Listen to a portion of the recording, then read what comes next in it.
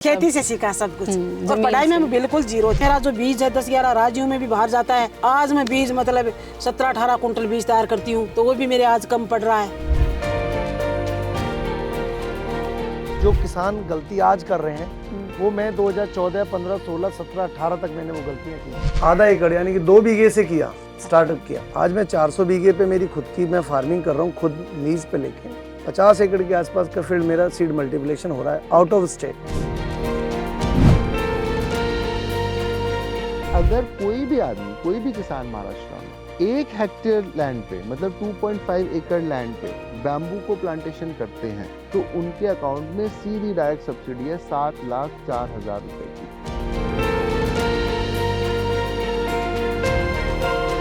पराली 2016 से मैं नहीं जलाता। जो मेरा ऑर्गेनिक कार्बन 2016 में टेस्टिंग रिपोर्ट में 0.25 था, वो 0.85 हो चुका है। इस साल का टर्नओवर हमारा 75 करोड़ को क्रॉस करेगा। हमारे पास तो जमीन नहीं है, लेकिन हम सबसे बड़े फार्मर हैं यहाँ के। हमारा तकरीबन आज इंफ्रास्ट्रक्चर जो है, तकरीबन उसकी कॉस्ट 100 करोड़ रुपए है।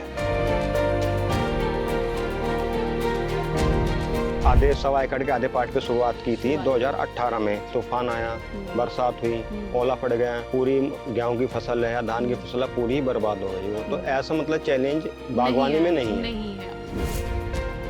अन्न क्षेत्रीय पॉडकास्ट के इस न्यू ईयर स्पेशल एपिसोड में देखिए वो कहानियां जिनसे सीख लेकर आप भी कर सकते हैं एक नई शुरुआत। खेती के जरिए रच सकते हैं एक नया इतिहास, बना सकते हैं ना सिर्फ अपनी अलग पहचान बल्कि कमा सकते हैं खूब सारा पैसा और नाम। मेरे पास पैसे नहीं थे तो इस हिसाब से हमने जैविक खेती शुरू कर ली थी। अच्छा। और फिर हम जो लोगों को खाने के लिए देने लगी, सिखाती थी कि भाई ये देखो हमारी जैविक है, कैसा स्वाद है, टेस्ट करो आप। तो वो टेस्ट करते तो बड़ा अच्छा टेस्ट लगता है उनको। इस हिसाब से कि थोड़ा थोड़ा टेस्ट करा के और मेरा ऐसे मतलब उत्साह मनोबल बढ़ता गया कि काम भी अच्छा कर रही हूँ, फायदा भी अच्छा हो रहा है, लोग खूब इनाम भी खूब मिल रहे हैं। सारे मेरी प्रशंसा करने लगे। और इस हिसाब से मैंने फिर देने लगे।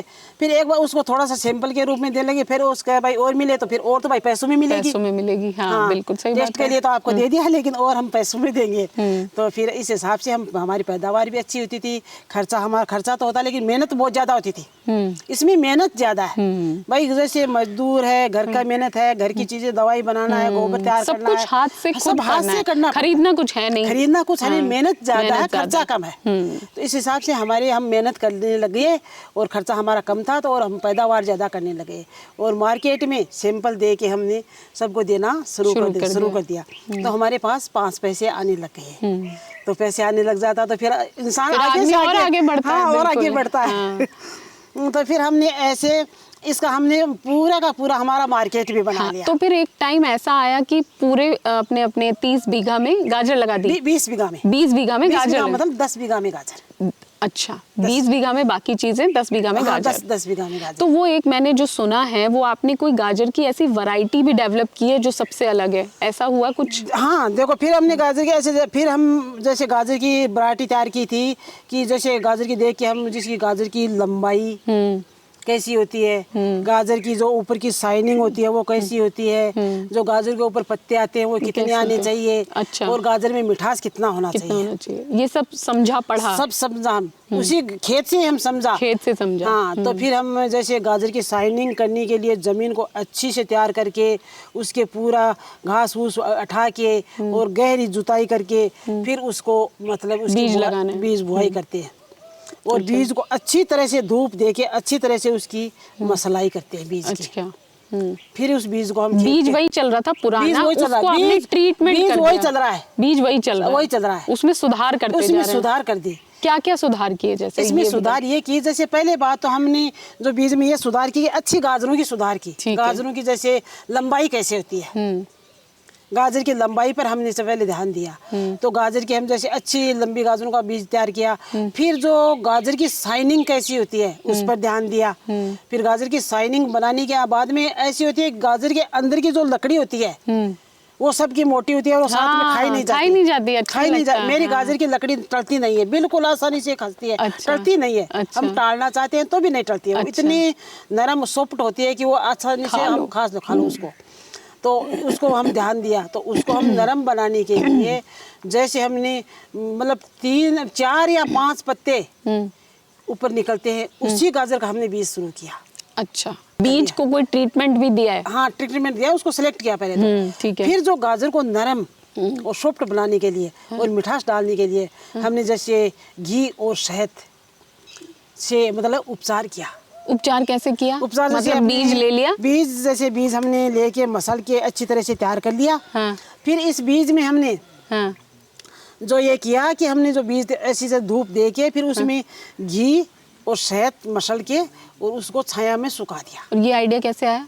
आइडिया जैसे अपना शहद तो मीठा होता है, मीठा होता है। हाँ, और घी हम सॉफ्ट कर होता है, देता तो है। रोटी पर लगाते हैं तो अपनी 2 दिन तक रोटी, 4 दिन तक घी लगाइए तो वो सॉफ्ट रहती है। तो ये आइडिया मेरे को का ये आइडिया था। ऐसे ही? ऐसे। अच्छा, रसोई से आइडिया आ गया। मेरे जैसे यहाँ कोई खेत के माए में से पेड़ के ऊपर मधुमक्खियाँ छाता डाल रखी थी। हाँ। तो उस छाते को हम शहद को इकट्ठा कर लिया। हाँ। और इकट्ठा करके हम घी मेरे पास मिठाई में गायों का करती हूँ, बनाते होगी, तो उसको दोनों को मिक्स करके और बीज को उपचार करके छाया में सुखा दिया। अच्छा, छाया में सुखा के फिर इसको ऐसा किया कि वो बीज है वो मतलब शहद से बीज की वो डगली बन जाती है, चिप जाता है, तो वो अपना छांटने लायक नहीं रहता है। तो उस बीज को छांटने के लिए, बीज को डगली खोलने के लिए या तो हमारे चूल्हे की बानी होती है, राख बोलते हैं उसको, हमारी राजस्थान में उसको राख बोलते हैं और बानी भी बोलते हैं, तो उसको ऊपर बुरका के और उसको अलग अलग किया, मसल देते हैं, तो उससे वो वापस खुल के अलग अलग हो जाता है। और फिर दूसरा तरीका ये भी है, किसी के पास बानी नहीं होती है, राख भाई से चूल्हा नहीं जलता, आजकल क्यों चूल्हे नहीं जलते, तो फिर अपनी जो कोकोपीट होती है, हाँ, उसको बुरका के और उसको भी अलग कर लिया, और उसको भी अलग कर सकते हैं। ये 2 तरीके समझ गए। तो उसको किसान आसानी से अपनी खेत के माए बीज को छांट सकता है। तो अच्छा, ये आप बता रही हैं, कोई और सुन रहा है हमारी बात, गाजर का बीज है उसके पास, ऐसा कर ले तो उसको भी हो जाएगा? हाँ? अच्छा, ये तो मतलब इतना बिना खर्चे का, इतना सिंपल सी बात है। आप ये बताइए कि हम जो केमिकल मतलब अपनी जो मारवाड़ी हमारी भाषा में साकी है, खाएगा अन्न वैसा होगा मन।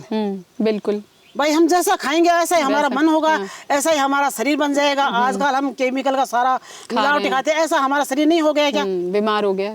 हाँ, तो पहले ऐसा थोड़ा ही था। तो ऐसी बात है, जैसे हम उसमें शहद और घी डालेंगे तो वो देसी बनेगा, और उसमें हम केमिकल डालेंगे तो वो केमिकल की बनेगी, असर तो आएगा। इस बात पर हमारे बहस भी हुई थी। हमारे जो केवीके के अधिकारी थे बड़े, तो उसने कहा कि संतोष, ये ऐसे कैसे हो सकता है? हाँ।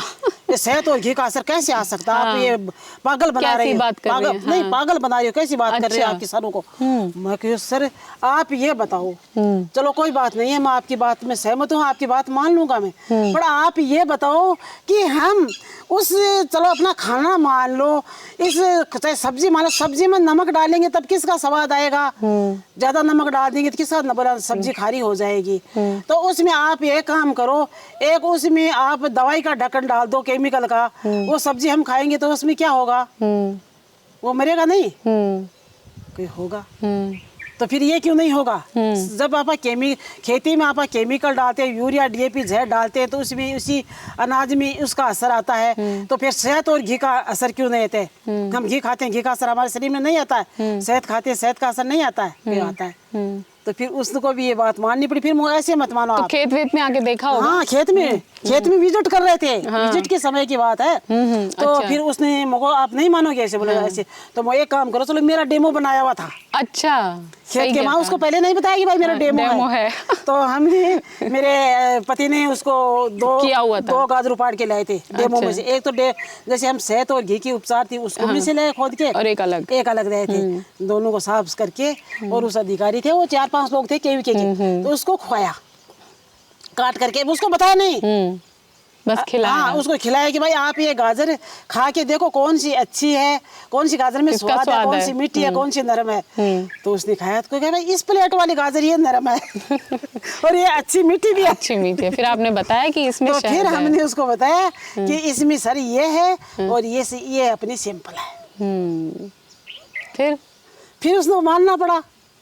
मतलब वो साइंटिस्ट भी समझ Scientist नहीं भी पा रहे समझ और गए, आपने हाँ। घर में एक्सपेरिमेंट कर हाँ, लिया। ऐसे ऐसे इस हिसाब से मैंने इस गाजर के ऊपर नवाचार चलाया था। हाँ, ऐसे तो गाजर को फिर इस वैरायटी को कोई नाम दिया इस है? वैरायटी को ऐसे नाम दिया। फिर मैं जैसे 2000 मतलब जैसे जिला कलेक्टर से सम्मानित हो गए थे, मुख्यमंत्री जी सम्मानित हो गए थे। फिर मैंने जैसे हमारे खेत के ऊपर अपने NI अहमदाबाद इंटरनेशनल लेवल का वो फाउंडेशन है। अच्छा। तो उसके वहाँ हमारा जो 2 साल गाजर के ऊपर सर्वे चला था। आपकी गाजर के ऊपर? मेरी गाजर के ऊपर अच्छा। खेत के ऊपर आए थे, देखे थे और सर्वे करते थे, भाई कितनी खेती करती है, कैसी गाजर करती है, कितनी मतलब क्वालिटी में होती है, इसकी गाजर की शाइनिंग कैसी है। तो मतलब सारी सबसे अच्छी मेरी पूरी इंडिया के वहाँ सबसे अच्छी गाजर मेरी मतलब दूसरे नंबर वन पे है। दूसरे नंबर पर रही थी। तो मेरे को फिर 2013 के महाराष्ट्रपति प्रणब मुखर्जी से मेरे को 3 लाख का चेक दे के और सम्मानित ट्रॉफी दे के सम्मानित किया। वाह, ताली वाली बात है। कैसा लगा आपको वो? बहुत अच्छा लगा। सोचा था कभी ऐसा? अरे यार इतना सोचा ही नहीं कि हम यहाँ चले जाएंगे, इतनी बड़ी स्टेज के ऊपर हम चले जाएंगे। हाँ। तो मेरे को इतना मतलब इतनी खुशी की इतनी पानी आंखों में आया कि हम रोक ही नहीं सके। हाँ। तो फिर हम धीरे धीरे मेरा उत्साह बढ़ सके। हम 2013 के महाराष्ट्रपति प्रणब मुखर्जी से सम्मानित हो गए थे। फिर हम जैसे 2015 के माह हम जैसे बाजरे के ऊपर मतलब एक इन्वेस्टमेंट किया था। अच्छा। कि बाजरा कैसा दुगना होता है। तो हम फिर बम्बई मलाड के माह सम्मानित हुई थी मैंने। अच्छा, बाजरे पे भी किया बाजरे काम? पर भी, हाँ बाजरे अच्छा। पर मैंने काम किया था कटिंग करके। अच्छा। हाँ, तो बाजरे में क्या खास किया? बाजरे में खास किया जो अपना बाजरा की हम बुआई करते हैं। जैसे बाजरे बुआई करने के बाद में 25 या 30 दिन के माह बाजरे की पूरी की कटिंग होती है। अच्छा। ऐसे तो अपना बाजरा जैसे 2 ऊपर बढ़ गया, 2 नीचे रह गया, कलियां मतलब आगे पीछे रहती है, बराबर नहीं रहता है।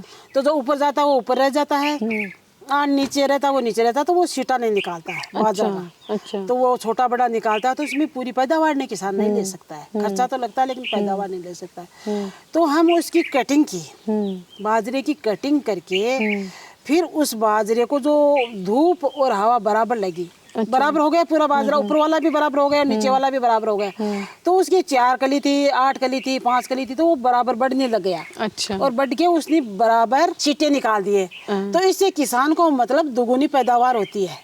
जैसे किसी किसान को 1-1.5 बोरी होती है, उसको 2 बोरी या 2.5 बोरी 3 बोरी तक वो बाजरा अपना हो सकता है। इतना मतलब वो बाजरे की हमने पैदावार को बढ़ा दिया। हाँ। तो आपने एक बात बीच में कही, 2 बातें एक पूछने को आ रहा है मेरे मन में कि पहले तो कैरेट लेडी किसने बोला आपको सबसे पहले? ये खिताब कैसे मिला कि कैरेट लेडी के नाम से आप जानी लगी, या फिर ऐसे ही मुंह से निकलता गया सबके? नहीं, मुंह से भी निकलता गया यार। जो मैं बोलती थी मेरे को सब जानते हैं कि भाई संतोष प्रसाद कौन थी कि गाजर वाली। अच्छा, गाजर वाली, बस यही मेरा नाम यही है, गाजर वाली संतोष। अच्छा। हाँ। तो फिर इसमें आपने पहले बताया कि राजस्थान जैसी जगह है और एक महिला जो इतना बाहर निकली, काम किया, लोगों से मिली, मीटिंग में जाने लगी, पुरस्कार मिले। परिवार वाला रोल कैसे रहा? पति का सपोर्ट रहा, लेकिन फैमिली ने कभी तो माना होगा ना लोहा की यार मतलब सही किया और सारी औरतों को आजादी मिलनी चाहिए। हाँ, पहले तो मेरे को फैमिली वालों ने बहुत मेरे को परेशान किया था। लेकिन फिर धीरे धीरे मेरे को पुरस्कार मिलने लगे, लोग आने लगे, नाम हो गया, इतने दिन बड़े हो गए। तो फिर मेरे को पुरस्कार मिले तो फिर मेरे को ऐसे खुशी होती थी, सब लाने के लिए जाते थे। अच्छा। हाँ। सास ससुर मान गए फिर? हाँ, सास ससुर जेठ सारे सब मान गए। अच्छा। तो मान गए पूरे गाँव में और अड़ोस पड़ोस में सब रिश्तेदारों में सब में खुशी छा गई। और सब में मतलब ऐसे एक बड़ा नाम हो गया कि भाई घर का भी तो नाम हुआ है। फिर ये भी है नहीं, घर का भी नाम हो गया। फिर हम जो 70 साल बाद में किसान महिला राष्ट्रपति भवन में पहली बार मैं गई थी।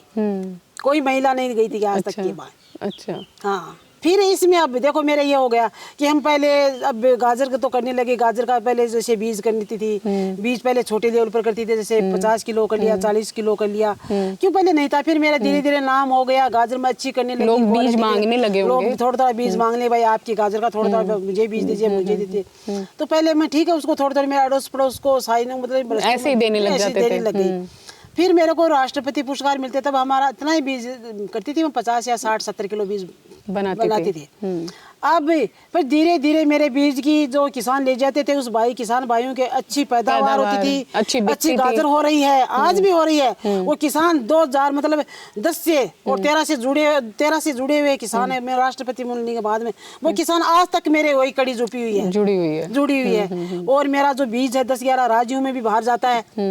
और फिर जो आज मैं बीज मतलब 17-18 कुंटल बीज तैयार करती हूँ, तो वो भी मेरे आज कम पड़ रहा है। अच्छा। हाँ। तो आपने 10 बीघा में गाजर लगाई। हाँ। और 10 बीघा से कितनी गाजर निकलती है? गाजर जैसे हमारी मतलब 90 से 100 कुंटल गाजर बैठती है अच्छी। 90 से 100 कुंटल। हाँ, अच्छी उसकी जो गाजर की बुआई अच्छे से हो जाए, नर्सरी अच्छे से जम जाए कि वो मतलब अपनी जैसे 2-2, 3-3 इंच के ऊपर अपनी जो गाजर होगी, मतलब ज्यादा जाडी भी नहीं होती है, ज्यादा छिदी भी नहीं। किसान भाइयों को देखो ये गलती होती है। कुछ हमारे किसान भाइयों से मैं ये कहना चाहती हूँ, हमारे किसान भाई भी देखते हैं, तो किसान भाई अपने देखो ऐसे के जो गाजर की बुआई करते समय किसान भाई एक तो पूरा अपना ध्यान रखे। मैं थोड़ी बीच में बात किसान भाइयों के लिए बता देती हूँ। कोई बात नहीं। हाँ, तो किसान भाइयों के लिए मैं ये बताती हूँ, जो अपनी जो जमीन है, अपना खेत है, उसके एक तो जमीन के अंदर खेत के मिट्टी में अपना घास मत दाबिए ना। अगर आप मिट्टी में घास दाब दोगे तो अपने जिस खेत में आप गाजर की बुआई, उस जमीन पर आप जो गाजर की बुआई कर रहे हो उसको साफ सुथरा रखना जरूरी है। और उसमें जो अपने मतलब चौमासे के माह घास होता है, तो ट्रैक्टर का हेरा या पलाव 1-2 बार उसको लगा दो। लगा के उस घास को दबा दो। पहले ही कच्चा घास ही दबा दो। पक्का घास दबाने के बाद में जिस भी किसान भाई गाजर की बुआई करता है उसके माह गाजर में नुकसान होता है, क्योंकि गाजर की जड़ नीचे घास दब गया तो गाजर की जड़ है वो एडी टेढ़ी चली जाती है, गाजर की शाइनिंग नहीं बनेगी। फिर किसान भाई को अपना जो बीज तैयार करना है, 1-2-3 घंटे उसको तावड़ी में धूप दे के, और फिर हमें जो अच्छे से अपनी जो कोई बाठा होता है, पट्टी होती है, किसान भाई आप समझते हैं कि वो पट्टी होती है, बड़ी होती है तब कोई बात नहीं, छोटी होती है तब नीचे कपड़ा बिछा के उस पत्थर को ऊपर रख के, और अपनी जो रबड़ की चप्पल होती है, चप्पल की सहायता से हम ऐसे रगड़ के उस बीज को हमें मसल के और साफ कर सकते हैं। कुछ भी किसान भाइयों को ज्ञान नहीं है, वो ऐसे ही खेत में तुणक देते हैं, अपने खेत में छांट देते हैं। तो ये किसान भाइयों को विशेष ध्यान रखना है, बीज को अच्छी तरह से बीज की मसलाई करनी है, ऊपर का रूट्स गाजर का उठाना है। अगर किसान भाई ऊपर का रूट्स नहीं उठाएंगे तो अपने चारों तरफ उसकी गाजर की जड़ें चल जाएगी। तो फिर रूट्स उठाने के बाद में अपने खेत को अच्छी से तैयार करके, और खेत का जितना अपना बीज है उस बीज के हिसाब से अपने खेत में जैसे अपनी क्यारी बना लो बड़ी बड़ी, और इसका भाग मतलब गिलास, छोटा गिलास लेके और उसका अलग अलग मतलब गिलास भर लो, और उस क्यारियों के हिसाब से उसकी छंटाई कर दो। तो किसान भाई न तो गाजर जाडी होगी न छीदी होगी। अगर नर्सरी आपकी जाडी हो गई तो भी गाजर को नीचे जगह नहीं मिलेगी, तो गाजर की लंबाई शाइनिंग नहीं बनेगी। अगर गाजर ज़्यादा छीदी हो गई तो भी गाजर को मतलब ज़्यादा मोटी हो जाएंगी, आपकी बाजार में बिकवा लायक नहीं रहेंगी। तो किसान भाइयों को ये पूरा ध्यान रखना है। फिर एक ध्यान सबसे पहले ये रखना, अपनी गाजर जो हम नर्सरी छोटी रहती है, पहला पानी हमको 5 या 6 घंटा देना चाहिए, अपनी जितनी लाइट आती है 5 घंटा। और फिर 20 से 25 से 1 महीने पूरी नर्सरी को ध्यान से रखना, जैसे अपने छोटे बच्चे को रखते हैं, उसके ऊपर नमी बनाई रखनी है। अगर आप नमी बनाई नहीं रखोगे तो आपकी नर्सरी कट सकती है, नर्सरी खत्म हो सकती है। और फिर आपको ये करना है, 1 महीने के बाद में किसान भाई को मतलब गाजर में पानी बिल्कुल कम कर देना है। वो कम जब भी पानी उसको देना है जब गाजर उसकी अलस के और पानी मांगती है कि भाई मेरे को प्यास लग गई, सूखा दिखे, हाँ प्यास लग गई, वो पालर अपने आप लुढ़ जाता नहीं। तब पानी दे, तब अच्छा दे, नहीं तो मतलब ये थोड़ा पानी देने से गाजर की क्वालिटी नहीं, मतलब शाइनिंग नहीं बनती है। तो ये मेरे किसान भाई से कहती हूँ, जो आप बीच में पानी देते हो वो बहुत 15-20 दिन से गाजर पानी मांगे तभी देना, नहीं तो मत देना। अगर गाजर पड़ गई तो उस समय फिर आप भरपूर पानी दे के आप गाजर की खुदाई कर सकते हैं। हाँ मैम, हमारा जो किसान है अपने उसको समझने की कोशिश नहीं करता। मेरा मानना यह है कि किसान एक बार सीड खरीदे, उसको अपने यहाँ खुद तैयार करे, खुद तैयार करेगा तो ही किसान आगे बढ़ेगा। आज मैं आपसे कहूँ, आप सपोज दैट करो कि आप मेरे को कहें कि मुझे 10 पैकेट सीड चाहिए और आपका फील्ड है 2 बीघे, आप मेरे से 10 पैकेट लगा दिए, कोई दिक्कत नहीं है। लेकिन जो वो 10 पैकेट हमने मेहनत से तैयार किया है, आप क्या करोगे, उसका 10 लगाए, उसमें 10 में 100 निकले, 100 को 100 उसमें से छोटा दाना आपने रख लिया, बाकी को मंडी बेच दिया, वो गलत है। अच्छा, अगर आप 10 बीघे की खेती कर रहे हैं तो आपको मात्र आधे बीघे के लिए सीड चाहिए। अच्छा, 5 ही बैग चाहिए या 4 ही बैग चाहिए। बाकी आप आपको उसको मल्टीप्लाई कर मल्टीप्लाई सकते हैं। करना है। हम्म, जब तक आप अपनी उसके सीड को मल्टीप्लाई नहीं करोगे तो आपकी कॉस्ट कम नहीं होगी। किसान का मतलब ये है कि हमें भाई पैदा ज़्यादा मिले। हम्म, एक किसान 10 मतलब मैं अपने ऊपर ही बता के चलता हूँ, अगर मैं हर साल इजीली कम से कम 30 से 40 लाख रुपए का सीड खरीदता हूँ, बाय करता हूँ, हम्म, चाहे उसमें मिनी ट्यूबर हो, चाहे सीपीआरआई का हो, चाहे कोई भी अन्य वैरायटी हो, हम्म, हर साल मैं उसको बाय करता हूँ। हम्म, उसके बाद मैं उसको वन टाइम मल्टीप्लाई करके हम्म। फिर मैं अपने फार्मर्स को उसको देता हूँ। मतलब ये आपका इन्वेस्टमेंट चल रहा है हर हाँ। साल का अपने काम में, काम में इन्वेस्ट करते रहते हैं इन्वेस्ट 30 करता है 40 उसी रुपए। से। मतलब देखो मैम, अगर मैं वहीं पे रुक जाता या वो मैं 500 रुपए पैकेट में सारा कुछ बेच देता हम्म, तो आज मैं आज यहाँ के खड़ा ही नहीं हो पाता। हम्म, हमें उसके लिए टाइम चाहिए। मैम मुझे याद है कि मैं बुलेट के ऊपर जलंधर से 2 बैग लेके आया हूँ सीड में 2019 में। अच्छा, मैंने पूरे दिन राइड करी, राइड करने के बाद वहाँ पहुँचा, उनसे मिला जलंधर, हम्म, और जलंधर से 2 बैग मैं अपनी बुलेट के ऊपर रख के लाया था। इतनी मतलब सीड की चाहना थी मुझे इस लाइन में। हम्म, और आज मैं इस ऊपर वाले की कृपा से या सीपीआरआई की बदौलत है जो आज मैं यहाँ बैठा हूँ। आज मेरे पास सीपीआरआई की 3 वैरायटी हैं, उनके पेटेंट्स हैं मेरे पास। मैंने कौन उनको कौन सी? कुफरी फ्राइयोम, चिप्सोना 5 और चिप भारत 1, अच्छा, तीनों के लाइसेंस हैं आप? तीनों के लाइसेंस हैं। एटलीस्ट मेरे पास सॉइललेस मीडिया का भी एक जो हमने एक एमओयू साइन किया हुआ है सीपीआरआई के साथ, हम उस पे इस साल काम कर रहे हैं। अपना जो बिगर मिट्टी के, आलू। जैसे कि ये सॉइल ट्यूबर है, वो मिट्टी में नहीं होगा, वो अलग उसका एक सॉइल मीडिया आता है, सॉइललेस मीडिया, उसके अंदर वो तैयार होगा। जैसे वो एरोपोनिक है, एरोपोनिक है, वो सॉइल लेस है। तो वो कहाँ होगा? वो हमारे नेट हाउसेस पे इस साल कर रहे हैं हम। कर रहे हैं जी। हाँ। तो जो आपने एक नई बात बताई लाइसेंस वाली, मतलब मान लीजिए मेरे पास थोड़ी सी जमीन है और मैं ये लाइसेंस लेना चाहूँ तो कैसे लेना और इसका क्या फायदा होता है? लाइसेंस लेने के लिए मैम आपको एक प्रॉपर आपकी एक फर्म रजिस्टर्ड होनी जरूरी है। अच्छा, और जो भी है इसके एग्रोनोवेट साइट पे आप जाके आईसीआर के पोर्टल पे जाके एग्रोनोवेट साइट पे जाके आप वहाँ उनका एक पेज है, उस पर आपको उस पर इंटरेस्ट शो करना पड़ता है। उनकी सारी टेक्नोलॉजी इसमें पड़ी होती हैं। अच्छा, आप उसके जो भी वो आपको डॉक्यूमेंट्स बताएंगे, वो आपको पैन कार्ड, आधार कार्ड, जीएसटी नंबर, एड्रेस जो भी होगा। फिर एक उसकी एक फीस होती है, वो 5 साल के लिए होती है। लगभग कितनी फीस होती होगी? जैसे कि हमने फ्राई ओम लिया था, उसकी फीस थी 2 लाख रुपए। और जो हमारा क्या नाम अभी चिप्सोना 5 लिया था हमने, उसकी फीस जो थी तकरीबन 5 लाख रुपए। अच्छा, अब फ्राई जो चिप भारत 1 है, उसकी 5 लाख और 8 लाख रुपए फीस है। अच्छा, जी। तो फीस तो काफी ज्यादा है। हाँ, ये इससे क्या फायदा है ये इन्वेस्टमेंट करने का? इन्वेस्टमेंट करने का मैम ये फायदा है कि कोई भी वैरायटी, जैसे कि इंडस्ट्री है, चिपिंग वैरायटी है। जैसे आप मैं दिखाऊं, ये चिप्सोना 5 है, हाँ, ये आलू चिप्सोना 5 है। अभी ये मार्केट में नहीं है किसी के पास, अच्छा, और ये हमारे पास है, तो हम किसानों को सीड दे रहे हैं इसका। और मतलब एक जो भी हमने सीपीआरआई से मटेरियल, रॉ मटेरियल हमें मिला, उसको मल्टीप्लाई करके हम फार्मर को थोड़ा थोड़ा सीड दे रहे हैं।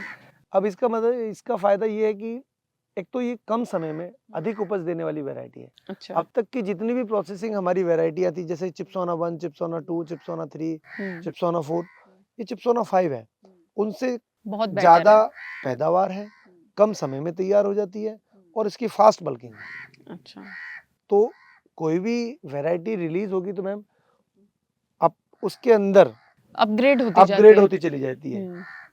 जैसे कि भाई आज आईफोन 17 आ गया, हाँ, 16 का कोई अपडेट है, इसी तरह से चिप्सोना 1 का जो भी अल्टरनेट निकल के आया, 4 के बाद ये 5 आया, अब 5 के बाद ये तो आपका आ गया, क्या नाम है, चिप भारत 1। ये चिप भारत 1 है। अब ये नई वैरायटी आई है चिप भारत 1, रिसेंटली अभी रिलीज हुई है।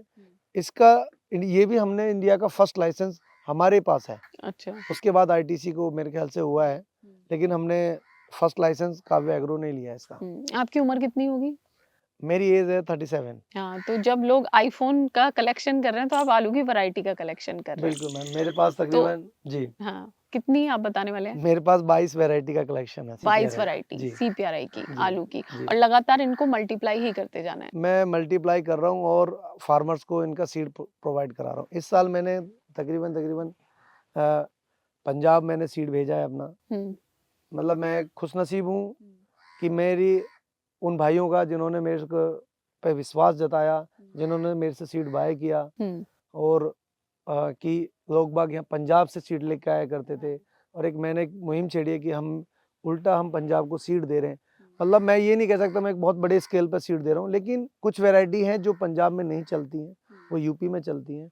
उन्होंने उसका डिमांड के कारण उन्होंने देखा कि भाई सर्च किया कि इसका सीड कहाँ से मिल सकता है। तो जो फार्मर्स थे, जो काफ़ी अच्छी फर्म है, उन्होंने हम पे ट्रस्ट किया तो हमने इस साल उनको सीड पहुँचाया। पंजाब में, हरियाणा में, राजस्थान में, एटलीस्ट गुजरात में भी हमने इस बार सीड दिया है अपना, और एमपी में तो लास्ट ईयर दिया था हमने। तो इसके लिए कुछ मार्केटिंग की है या ऐसी ऑर्गेनिक वे में ये होता जा रहा है CPRI के थ्रू? मैं मार्केटिंग का तो सीधा यही है कि तो हमें ज़्यादा पता नहीं होता, लेकिन हाँ इतना ज़रूर है कि CPRI में जब भी कभी हमारा कोई प्रोग्राम होता है या कोई भी होता है तो वो हमें बुलाते हैं, हम ज़रूर जाते हैं। और जैसे कि लखनऊ में एक प्रोग्राम हुआ था, हमारे पास कॉल आई थी, हमने अपना वहाँ पे स्टॉल वगैरह लगाया था। एग्जीबिशन वगैरह हम करते रहते हैं छोटे छोटे स्केल पे, ताकि फार्मरों को जानकारी देते पता चलता रहे इस वैरायटियों के बारे में। तो अगर मैं कंपेयर करवाऊं, हालांकि जितनी बातें आपने बताई वो तो लग रहा है कि फायदा तो इधर ही है, लेकिन एक आलू का किसान बहुत है इधर वेस्ट यूपी की तरफ, हाथरस की तरफ अब जाते हैं तो बहुत सारे लोग सब्जी उगाते हैं और आलू बहुत सारे लोग खेती करते हैं, और समस्याएं भी बहुत सारी बताते हैं, इनकम नहीं है प्रॉपर, और कभी दाम मिल जा रहा है, कभी गिर जाता है एकदम, आलू की फसल खराब फेंकनी भी पड़ती है। एक कहानी होती है आलू के किसान की और एक कहानी है इधर आलू का बीज उगाने वाले किसान की। दोनों में आपको क्या लग रहा है कि मतलब आलू ना उगा के आलू का बीज पे ही काम किया जाए वो ज्यादा फायदेमंद है? नहीं, ऐसा कुछ नहीं है। अगर हर किसान आलू का बीज तैयार करने लगेगा तो फार्मिंग कौन करेगा? फार्मिंग कौन करेगा? खरीदेगा राशन कौन तैयार करेगा? हाँ, तो कैसे उसको इसके लिए सबसे बढ़िया चीज मैं तो यही कहूंगा कि फार्मर अपना सीड खुद तैयार करे और अपनी सही वैरायटी का चयन करे। मान लीजिए अभी किसी ने चिप्सोना 5 आपसे खरीद लिया जी, 2 बीघा में लगाया, फिर उसका नेक्स्ट स्टेप क्या होना चाहिए उसका इनकम नेक्स्ट के लिए? स्टेप ये होगा कि उसको पहले आपने 2 बीघे में लगाया, उसकी जो भी प्रोडक्शन निकल के आए, पहले तो उसको टाइमली उसको रोगिंग करे। फर्स्ट उसका जो फर्स्ट विजन हम अपने फार्मर्स को जो भेजते हैं, यहाँ से गाइडलाइन देते हैं कि भाई 45 दिन के बाद आपको हमें कॉल करना है, हम आपका प्रॉपर फील्ड विजिट करेंगे। फील्ड विजिट करने के बाद हम आपको बताएंगे आपको आगे क्या करना है। जो हमसे सीड खरीदता है, हम उसको फिर ये बता के आएंगे भाई इतने पार्ट का आपको ये पूरे इस साल आपको पूरी लीफ कट करनी है, ये आपको स्प्रे देना है, इस तरह से रोगिंग करनी है, आपको हेल्दी सीड अपने पास रखना है। मतलब जो हेल्दी सीड है वो रख के, और मार्केट में क्या बेचना है? मार्केट में अभी वो नहीं बेचेगा। अच्छा, उसको हम मना करते हैं। 2 बीघा का पूरा जो प्रोडक्शन है रख ले। अच्छा, फिर नेक्स्ट ईयर उसका बेचे, नेक्स्ट ईयर उसको मल्टीप्लाई करके। और अच्छा, उसको फिर से मल्टीप्लाई करके तब उसको बेचे। अगर बचता है तो अपने जो नियर के फार्मर है उनको दे। अच्छा, ताकि उनकी भी कॉस्ट कम आए और नई अच्छी वैरायटी का वो चयन करे। कुछ लोग फार्मर्स ऐसे होते हैं भाई हमें प्रोडक्शन चाहिए, अब जब किसी चीज की ओवर प्रोडक्शन हो जाएगा तो कहीं ना कहीं तो रेट ड्रॉप आएगा। अगर प्रोडक्शन लो रहेगा तो रेट ऑटोमेटिकली क्वालिटी वाला रहेगा। अब प्रोसेसिंग में क्या है कि देखो, प्रोसेसिंग का आलू जैसे चिप्सोना हुआ, सूर्या हुआ, हालांकि सूर्या प्रोसेसिंग में नहीं आता है, टेबल में, ये टेबल की वैरायटी, लेकिन आज भी दिल्ली एनसीआर के अंदर सबसे महंगा बिकता है। इसी चीज में किसान उन वैरायटियों का भी चयन करें जिनकी मार्केट में डिमांड अच्छी है और वो अच्छे रेटों पे मिलती है। हालांकि उन वैरायटियों की प्रोडक्शन कम आती है, लेकिन कम आने का मतलब यही है कि उनकी डिमांड इसीलिए तो आगे बढ़ती है। अब किसान से कि हमें तो मोहन चाहिए, पुष्कर चाहिए, वो निकलते हैं एक एकड़ में क्या नाम है 400 bag, 300 bag, sorry 400 bag, 450 bag, 500 bag भी टच करते हैं। और यही प्रोसेसिंग वैरायटी की बात कर लें तो 250 बैग से लेके 300 बैग, जस्ट डबल हो गया। आप कम अच्छी क्वालिटी पैदा, मतलब अच्छी क्वालिटी पैदा करके कम, चाहे आप कम माल पैदा करो लेकिन उसका रेट आपको मार्केट में अच्छा मिलेगा। आपके पास क्वालिटी नहीं है और आपके पास माल है तो किसान वहाँ कहीं ना कहीं टूट जाता है। इनिशियली तो हिमानी जी मुझे खुद पे भी ये भरोसा नहीं था कि क्या मैं रेगुलरली इस काम को कर पाऊंगा। तो मैंने क्या किया, 6-7 साल पहले से इसकी स्टडी मैं और ज़्यादा इन डेप्थ जाके स्टडी मतलब नौकरी करते रहे और स्टडी करते स्टडी रहे। भी करता रहा। वीकेंड्स पे मैं अलग अलग जगह जाता था, देखता था कि जहाँ पे ये ऑलरेडी फार्मिंग हो रही है। इंडिया पूरा घूमा, इंडिया से बाहर भी गया, वहाँ पे भी देखा कि किस तरीके से बैम्बू का जो है वो बिजनेस जो है वो फ्लरिश होता है। वो एक पॉइंट कब था कि बैम्बू को देखना शुरू करा, स्पेसिफिकली बैम्बू, क्योंकि आप सब कुछ स्टडी कर रहे थे? बैम्बू इसलिए चूज किया हिमानी जी क्योंकि मैं जॉब भी कर रहा था। अगर मैं उस टाइम पे जॉब नहीं कर रहा होता तो हो सकता है मैं आज बैम्बू नहीं कुछ और बिजनेस कर रहा होता। बैम्बू में मुझे ये चीज बहुत पहले से डे 1 से ये पता थी कि इसको लगाना और इसको उगाना बहुत आसान है।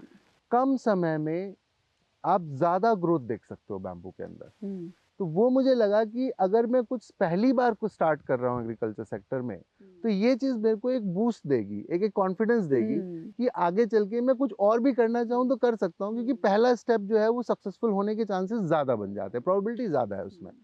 तो बैम्बू तो इसलिए चूज किया था कि जॉब भी होती रहे और साथ साथ में ये भी चलता रहे, ट्रायल भी होता रहे। एग्जैक्टली बहुत सारे लोग ऐसे होते हैं जो जिनके पास अभी इंडिया में एग्रीकल्चर लैंड अवेलेबल है और उनका जो प्राइमरी सोर्स ऑफ इनकम है वो एग्रीकल्चर नहीं है। एग्जैक्टली। तो ऐसे मैं उसी कैटेगरी से आता हूँ। तो ऐसे लोग जितने भी अब आज की डेट में जो भी अवेलेबल हैं, जिनके पास लैंड अवेलेबल है, मैं तो ये कहना चाहूंगा उन सबको, अगर मैं कर सकता हूँ, जिसके पास कोई भी एग्रीकल्चर नॉलेज नहीं थी, तो अगर मैं कर सकता हूँ तो बाकी लोग भी कर सकते हैं। तो ये है। दूसरा, जहाँ फैमिली का सपोर्ट आया, क्योंकि जब बैम्बू चूज किया, बहुत सारी स्टडी की, कई साल ग्रो भी कर दिया और दूसरों के यहाँ भी ग्रो कराया। ये नहीं था कि खाली अपना ही ग्रो किया। अराउंड 100 एकर्स यहाँ आसपास की जो लैंड थी, यहाँ 100 एकर्स के अंदर हमने बैम्बू लगवाए दूसरों के यहाँ भी। मतलब लोगों ने कहा कि हमारा भी लगवा दो। लोगों ने देखा कि अच्छा फसल हो रहा है, उनके पास समय नहीं है कुछ और फसल करने का, जो लीज पे लैंड देके रखते हैं उसमें भी कुछ खासा कमाई नहीं होती है। तो उस तरह से लोगों ने देखा, उनको लगा कि अगर इनका हो सकता है तो हमारा भी हो सकता है। तो हमने उनकी भी हेल्प कराई, उनको भी सैपलिंग्स दिलवाए, उनको भी बताया कि किस तरीके से क्या क्या प्रैक्टिसेस होती हैं। प्रैक्टिसेस फॉलो करना ज़रूरी है। अब क्योंकि मैंने स्टडी कर ली थी तो मैंने उनको बताया, तो उनके यहाँ पे भी बैम्बू अच्छे से हो गया।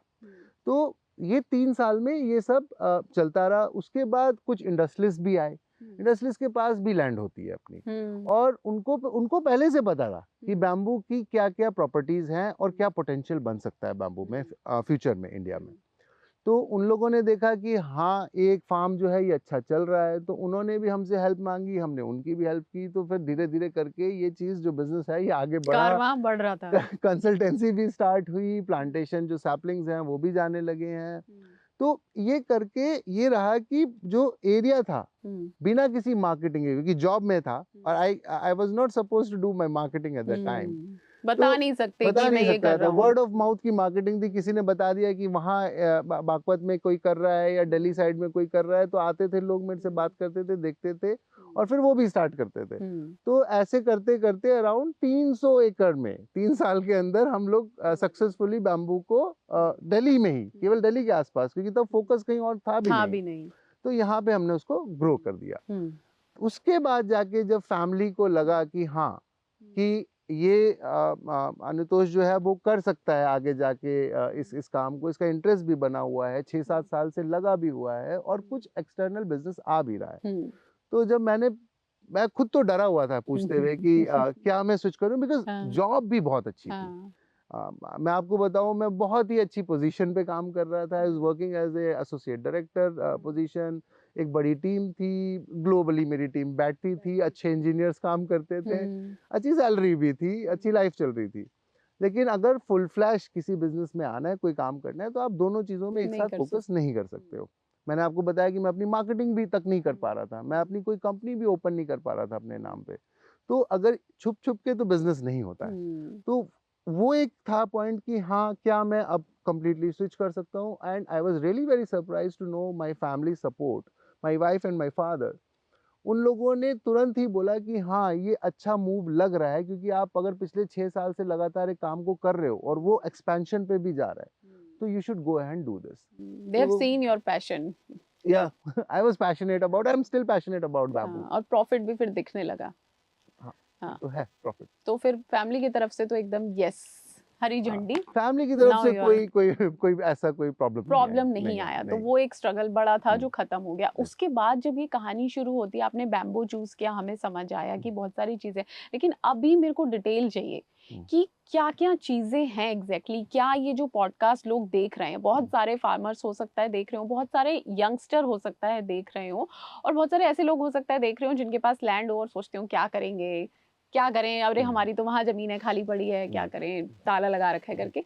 तो क्या क्या उन्हें मिल सकता है बैम्बू लगा के? क्या मैं आपकी बातें सुन के थोड़ी सी जमीन खरीद के बैम्बू लगा लूं? क्या कोई भी अदर फार्मर लगा ले ये? इसके इफ्स एंड बट्स क्या हैं? क्योंकि जितना हमें समझ आता है किसी भी फसल के लिए क्लाइमेट चाहिए, एक पर्टिकुलर ये कि बीज कहाँ से मिलेंगे, या जो सैपलिंग होती है इन केस ऑफ बैम्बू वो कहाँ से मिलेगा, खर्चा कैसे आएगा, और क्या नॉलेज, मतलब हाउ टू स्टार्ट, अगर आप ये थोड़ा सा बता पाएं, क्योंकि आपने रिसर्च की। और हमारे साथ जितना मेरा एक्सपीरियंस रहा है ना किसानों से मिलने का, उनके पास नॉलेज होती है जो वो करते करते सीखते हैं। They don't know so many things like जो साइंटिफिकली होती हैं। उनके पास पढ़ाई की कमी होती है। जो लोग पढ़ लेते हैं वो नौकरी कर रहे हैं। You are a great example कि पढ़ने के बाद आप खेती कर रहे हैं, क्योंकि लोग वापस नहीं आते खेती करने के लिए पढ़ाई के बाद। तो हाउ टू स्टार्ट, जो भी लोग देख रहे हैं, और क्या फायदा होगा?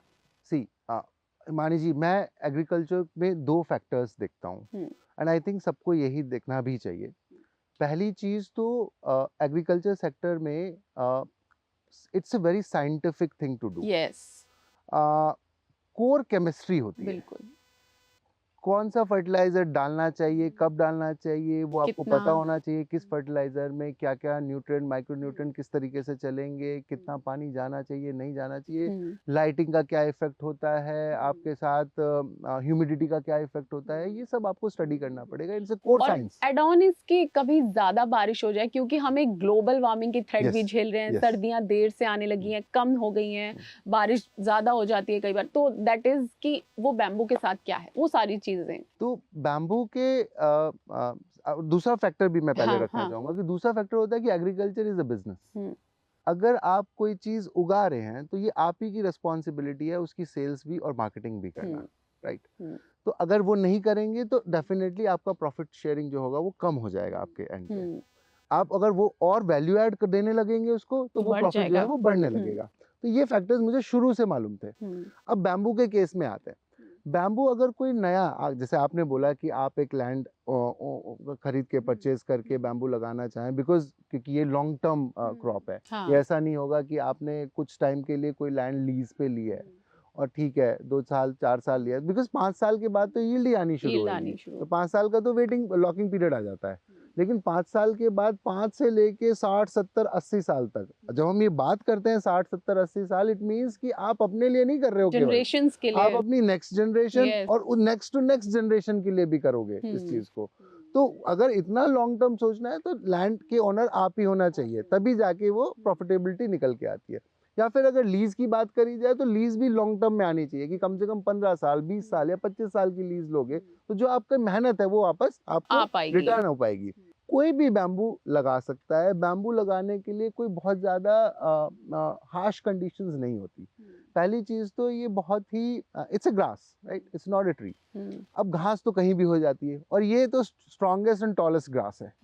तो इसके लिए एक फैक्टर है कि 15 डिग्री से लेके 40-42 डिग्री के बीच में अगर आपके यहाँ पे नॉर्मली टेम्परेचर रहता है तो आप बैम्बू वहाँ पे लगा सकते हैं।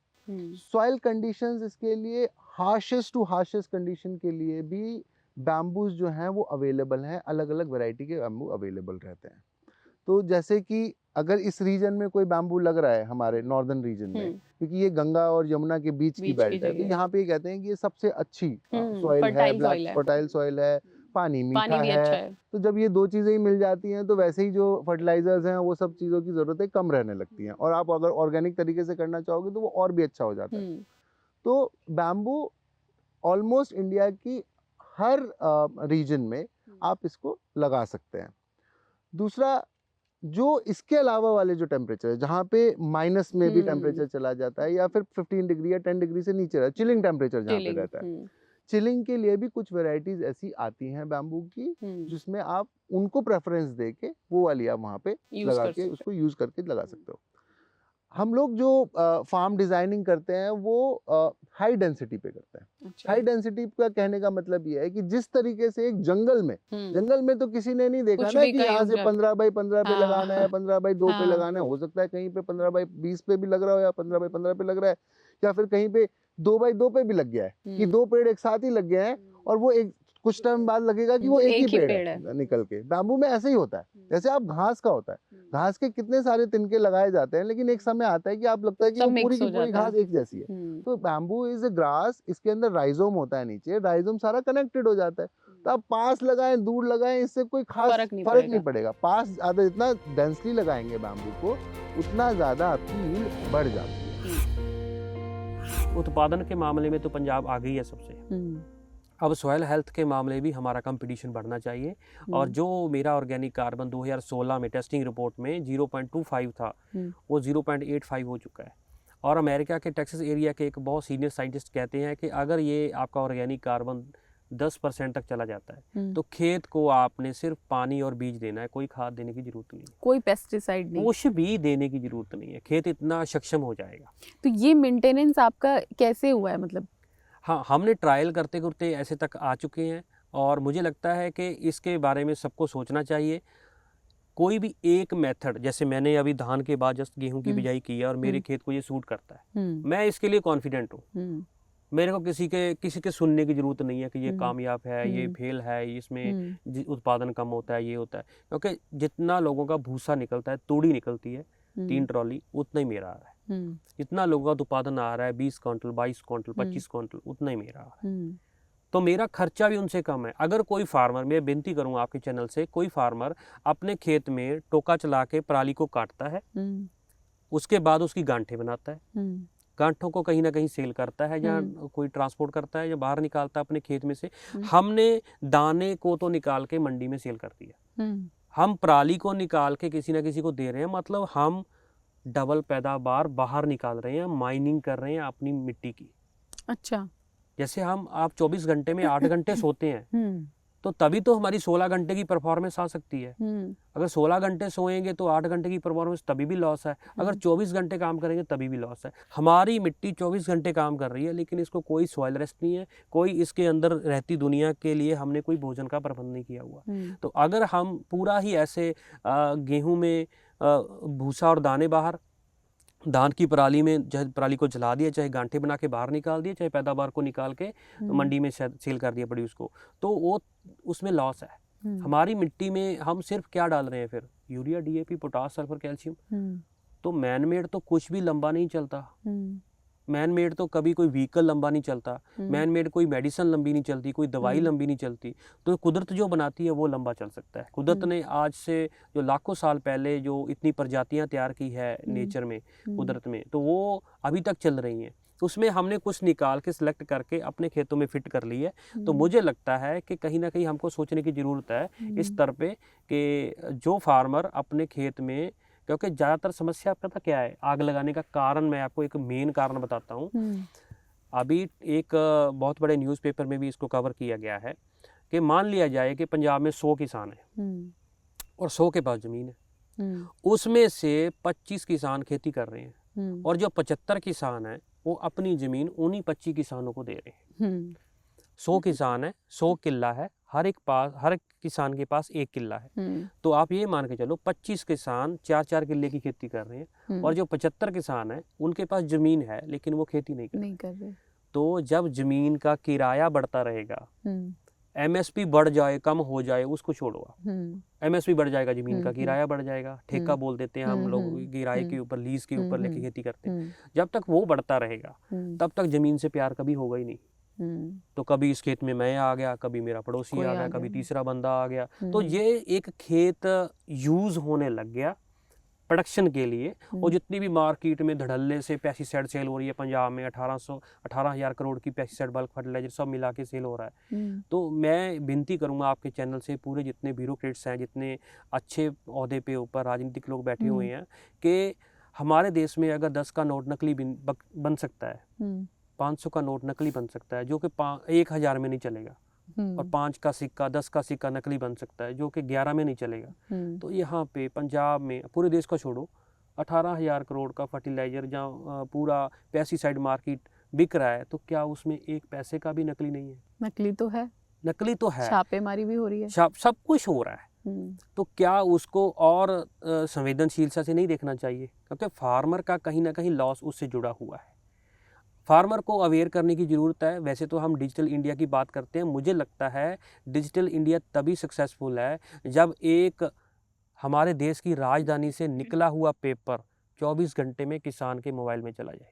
कोई रिसर्च है, जब अगर वो मराठी में समझ रहा है तो मराठी में जाए, पंजाबी में समझ रहा है तो पंजाबी में, हिंदी में, गुजराती में, कहीं भी समझ रहा है तो उसके मोबाइल पे चले जाए। तो कहीं ना कोई ऐसे कोई किसान मित्र बनाने चाहिए हर गांव में। जैसे पंजाब में 12,500 गांव है, तो हर गांव में ऐसा कोई किसान मित्र हो जो पूरे अपने गांव के किसानों को ये बता सके कि ये नया संदेश आया है, खेती में ये बदलाव करना है, ये खेती के लिए है, ये करना नहीं है, ये छोड़ना नहीं है। क्योंकि हम जो करने वाला काम है उसको छोड़ रहे हैं, जो नहीं करने वाला उसको दोबारा कर रहे हैं। इस तरह की कोशिशें तो हो रही हैं बहुत सारे लेवल पे। अब व्हाट्सएप चैनल बन गए हैं, हमारा भी एक चैनल है, हम भी यही कोशिश करते हैं कि हम जो भी चीजें नहीं हो रही हैं, जैसे इस समय अगर पराली का मुद्दा है तो आपसे बात कर रहे हैं कि पता चले कि पराली नहीं जल रही, पंजाब का ही किसान है, पराली नहीं जला रहा, और ना जलाने का उसके पास क्या ऑप्शन है। आपने जो बात बताई उसमें ही मेरे को ये चीज समझनी है कि आप ये भी कह रहे हैं कि पराली ना तो जलानी है और ना हटानी है। हाँ, हटानी भी नहीं है। जबकि ऐसे भी एग्जाम्पल वाले किसानों से मैंने बात की, इंटरव्यू किया है कि वो पराली जलाने ही रहे लेकिन हटा रहे हैं, उससे अलग अलग तरह के प्रोडक्ट बना रहे हैं, और वो भी एक मिसाल की तरह सामने आ रहे हैं कि उन्होंने पराली से कमाई कर ली, मतलब पराली जो लोग जला रहे हैं उससे कमाई कर ली। तो आप उसको गलत कह रहे हैं कि वो भी नहीं करना चाहिए, वो भी गलत है। टाइम के हिसाब से आप देखिए, कोई धान सिर्फ इंडिया में नहीं लगता, जहाँ सिर्फ पंजाब में नहीं लगता, पूरे दुनिया में अलग अलग लोकेशन पे धान नहीं, मैं अभी इंडिया की बात कर रही हूँ। हाँ जी, बिल्कुल, मैं उसी बात को लिंक कर रहा हूँ कि जो समय की जरूरत है, जब गवर्नमेंट इस एंगल से देखती है कि इससे जीडीपी बढ़ेगी, इससे लोगों को एम्प्लॉयमेंट मिलेगा, इससे नए नए मतलब काम शुरू होंगे, प्रोडक्ट बनेंगे। क्योंकि देखो, अगर खेत में पराली जल जाती है तो वो नुकसान फार्मर का भी करती है, ठीक है, क्योंकि एनवायरनमेंट का भी नुकसान करती है। एनवायरनमेंट का ज्यादा ये तो क्लियर हो चुका है। जलानी तो कहीं पे प्रदूषण बढ़ता है, कम होता है, ये तो सीन अलग है। वो तो सब जगह से प्रदूषण तो सब जगह से आ रहा है। एग्रीकल्चरल पोल्यूशन तो 8% से कम ही है। लेकिन हम ये मान लें कि अगर वो वातावरण को खराब कर रही है तो हम उसी वातावरण में तो रह रहे हैं। लेकिन अगर वो पराली जो जहाँ पे जलनी थी, कहीं गांठे बन गई, जहाँ पिलेट्स बन गए, या आगे मीथेन गैस बनाने के इंडस्ट्री लग चुकी है, जहाँ मतलब आगे कोई और उत्पाद बना रहा है, उसके बर्तन पैदा हो रहे हैं, या उसमें कोई टाइल्स बन रही हैं, ठीक है, वो चीजें हैं, वो एक यूटिलाइजेशन हो गया, वो एक वैल्यू एडिशन हो गया, और उसमें एम्प्लॉयमेंट जनरेट हो गया। उसमें एक जो चीज हमने वेस्ट में जला देनी थी, उसमें कुछ यूज कर ली। अब देखिए, नहीं, वो सही है या गलत है? हाँ, वो सही है, सही है। लेकिन मैं ये चाहता हूं, पर अभी आपने कहा कि ये जो, जैसे अभी हम आ रहे थे, जब मेरी प्रगट जी से बात हो रही थी तो मैंने कहा अच्छा ये पराली है, तो उन्होंने कहा नहीं, ये पराली नहीं है, ये सोना है जी। तो आप इसे सोना कह रहे हैं। हाँ, पर आपके लिए ये सोना तभी है जब ये जमीन में ही खड़ा जमीन है में अंदर, और जमीन में ही मिल जाएगा। लेकिन कुछ लोग, जिनकी मैं आपको एग्जांपल दे रही हूँ, ऐसी बहुत कहानियां हैं, उन्होंने पराली को सोना बनाया, उसको प्रोसेस करके, उससे प्रोडक्ट बना के, उन्हें बेच कर पैसा कमा के। तो वो गलत है या सही है? इस पे मैं आपको एक सिंपल कहानी बताता हूँ। हमारे जो ग्राउंड वाटर का सीन है, हाँ, वो नीचे जा रहा है। पंजाब में बहुत मुश्किल वाले हालात होंगे आगे जाके। तो जब ग्राउंड वाटर नीचे जा रहा है तो धान की खेती में तो पानी यूज हो रहा है। मतलब अगर ग्राउंड वाटर नीचे जा रहा है तो मतलब ग्राउंड में पानी की मात्रा कम हो रही है, तो उसमें घुले हुए लून की मात्रा बढ़ रही है। जब वो लून जमीन, हम ट्यूबवेल से बाहर निकाल के पानी में घुले हुए लून बाहर डाल देते हैं। मैंने आपको दिखाया पहले कि कहीं कहीं यहाँ पे पराली की मल्चिंग प्रॉपर नहीं है, वहाँ पे लून दिखाई दे रहे हैं। लून मतलब जो लोग नहीं जानते, नमक की बात हो रही है। तो वो मिट्टी में ऐड अप होते जा रहे हैं। जहाँ पे सलाइन का एरिया है, ग्राउंड वाटर बहुत नजदीक है, हर साल ऊपर आता जा रहा है, वहाँ पे हम इस तरीके को यूज ही नहीं कर सकते। वहाँ पे खेत सिल्ली नहीं छोड़ते, वहाँ पे खेत में मतलब अलग टाइप का सीन रहता है। ये वाला मेथड वहाँ पे जाके फेल हो जाता है। अच्छा, मतलब जहाँ ग्राउंड वाटर ठीक है वहाँ पराली हाँ, खेत में छोड़ देंगे तो बहुत सही नहीं नजदीक है, टेबल हाँ। वाटर बहुत अप है, हाँ। जहाँ कई बार क्योंकि इन द सीजन धान के सीजन में तो नीचे चला गया, हाँ। गेहूं के सीजन में अप आ फिर जाता ऊपर आ है, गया। तो वहाँ पे गेहूं हो ही नहीं पाता। तो अच्छा। उन खेतों में पराली बाहर निकालने का ही जरूरी ऑप्शन है। बचता है। ओके, ठीक तो है। मुझे लगता है अगर पूरे देश में ये सिस्टम बन जाए कि पराली बाहर निकालनी है, तो इतने कम समय में कभी भी पराली बाहर नहीं निकल सकती। और अच्छा। ना ही इस पूरे देश की, अगर पंजाब की बात मान ली जाए, 200 लाख मैट्रिक टन यहाँ पराली का उत्पादन हो रहा है, तो इसमें से 5-10 लाख मैट्रिक टन सिर्फ यूटिलाइज हो सकता है। तो वो दिखने में ज़्यादा लगता है, लेकिन उसका परसेंटेज ज़्यादा नहीं है। तो मुझे ऐसा लगता है अगर लंबा समय खेती करनी है, जिस खेत में ये वाला मेथड बिल्कुल कामयाब है, तो उसमें हमको यही मेथड यूज़ करना चाहिए कि सोने को बाहर निकाल के हम मिट्टी के भाव नहीं सेल करना चाहिए। तो इस सोने को खेत में रहेगा तो आगे आने वाले समय में हमारे खाद की मात्रा इसमें कम यूज होगी। हमारी यूनिवर्सिटी ने एक पेपर पब्लिश किया है कि पंजाब यूनिवर्सिटी, हाँ, पंजाब यूनिवर्सिटी ने, कि जो फार्मर अपने खेत में पराली को बाहर निकालता है 3 साल के बाद उसका उत्पादन कम हो जाता है। अच्छा। हाँ, क्योंकि इस पराली में सबसे ज़्यादा जो कॉन्सिक्वेंट है, जो इसका इंग्रेडिएंट है, वो सिलिकॉन है। सिलिकॉन। अच्छा। सिलिकॉन, वैसे तो हमारी मिट्टी में सिलिकॉन अबंडेंट मात्रा में है, बहुत ज़्यादा मात्रा में है। जैसे हम टेस्टिंग करवाते हैं तो सिलिकॉन की कोई टेस्टिंग नहीं करवाता, वो महंगा टेस्ट होता है। तो हम तो जितने पेस्टिसाइड में या जितने कॉस्मेटिक प्रोडक्ट में सिलिकॉन यूज़ होता है, वो तो चाइना से इम्पोर्ट हो रहा है, तो इसमें से भी निकाला जा सकता है वो। तो लेकिन अगर वो बाहर चला गया, सॉइल में डेफिशिएंसी होगी, लगातार हम 3 साल इसमें से गांठे बना के बाहर निकालते रहे, तो इस मिट्टी में ये लगने वाली फसल का जो बायोमास जो तैयार होता है, ये कभी प्लांट था। हाँ। इस प्लांट की जो आउटर ये सतह बनी है, ये बहुत सारी बड़ी मात्रा पोटास, सल्फर और मैग्नीशियम और सिलिकॉन से बनी है। अगर सिलिकॉन की डेफिशिएंसी आ गई तो ये प्लांट वीक सा रहेगा और इसमें बीमारियां ज़्यादा आएंगी। अच्छा। तो ऐसी वजह मैं मानता हूँ कि वो जो पेपर पब्लिश हुआ है उसके 2 मनोरथ हैं। एक तो ये कि जितना आप इन सीटू कर सकते हैं। इन सीटू क्या होता है? इन सीटू होता है स्टबल को सॉइल के अंदर ही हमने प्रबंधन करना। अच्छा। खेत में बाहर नहीं करना। ओके। चाहे तो इसको टुकड़ा करके मिट्टी में मिलाओ, चाहे इसको ऐसे मल्चिंग कर लो, कैसे भी कर लो। 2-3 मेथड हैं, उसके ऊपर हम बड़ी लंबी चर्चा करते रहते हैं। एक आउट सीटू है जिसमें हम इसको इकट्ठा करके गांठे बना के बाहर निकालते हैं। वो कहीं इंडस्ट्री में यूज होता है, कैसे भी, वो एक इलेक्ट्रिसिटी हाउस में यूज होता है, इलेक्ट्रिसिटी प्रोडक्शन में यूज होता है, या कुछ में उसमें कोई और नए प्रोडक्ट बन रहे हैं। तो वो एक समय के हिसाब से ठीक है, लेकिन हर खेत को उसकी जरूरत नहीं है। दूसरा पॉइंट ये है कि अगर हम पूरे खेत में गांठे बना के बाहर निकाल देते हैं, रूट्स को तो बाहर नहीं निकाल सकते। जितने प्लांट्स के रूट थे वो रूट तो अंदर रह गए, तभी भी ऑर्गेनिक मैटर बढ़ेगा। लेकिन अगर पूरे का पूरा पराली हम खेत में अंदर इसको मैनेज करें, तो और ज्यादा इसको गलने के लिए समा नहीं, क्योंकि देखो जब हम पैदा होते हैं तब हम खोया नहीं खा सकते, मावा नहीं खा सकते, माँ का दूध ही पी सकते। हमारा सिस्टम नहीं होता, हमारे गट में वो वाला सिस्टम डाइजेस्ट करने का नहीं होता। अगर खाएंगे तो वो एक बहुत भयानक स्थिति हो जाएगी। हमारे खेत की भी यही सिचुएशन है। जिस खेत में कभी पराली का ऐसे डाइजेस्टिव सिस्टम नहीं बना, मेरा 9वां साल है, 9th ईयर में मैं एंटर कर चुका हूँ, 2025 आ चुका है। मेरे खेत में इतना अच्छा गट माइक्रोब बन गया है कि ये पूरा पराली को डाइजेस्ट करने का इसका सिस्टम बन चुका है। जो कई बार फार्मर एक बार ऐसा सिस्टम करते हैं तो उसका पराली अच्छे से गलता नहीं है या टाइम लेता है। तो उस खेत में अगर वो 3-4 साल करेंगे तो अच्छा सिस्टम बन जाएगा। मतलब 3-4 साल लगते हैं खेत को भी एडजस्ट होने में और आपको भी पेशेंस रखना पड़ेगा। बिल्कुल, क्योंकि देखो जितनी भी हमारी खेती में ये बदलाव हो रहे हैं, अगर हम उसको पॉजिटिवली देखें तो हमारे 2 ही टारगेट हैं, खर्चे को मिनिमाइज करना और उत्पादन को स्टेबल करना। उत्पादन बढ़ चुका है, बहुत बढ़ चुका है। पंजाब में तो बढ़ ही चुका है, सब जगह भी बढ़ चुका है। गन्ने के उत्पादन फार्मर के देख लो 500 से लेके 1200 क्विंटल तक चले गए हैं।